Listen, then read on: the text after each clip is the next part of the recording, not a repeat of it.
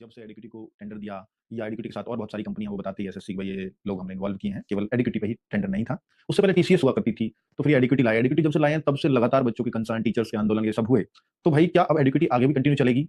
तो ये बहुत बड़ा प्रश्न चिन्ह था, क्योंकि बहुत सारी कमियां आपने पिछले कुछ एग्जाम्स में देखी हैं, और बहुत ये एसएससी को भी पता है कि वो इतना सब कुछ करने के बाद भी वो नकल पे तो रोक नहीं लगा पा रहे हैं। वो अभी भी जो सिस्टम है वो रिमोट एक्सेस पे यूं ही चले जा रहे हैं, बहुत सिक्योरिटी करने के बावजूद भी।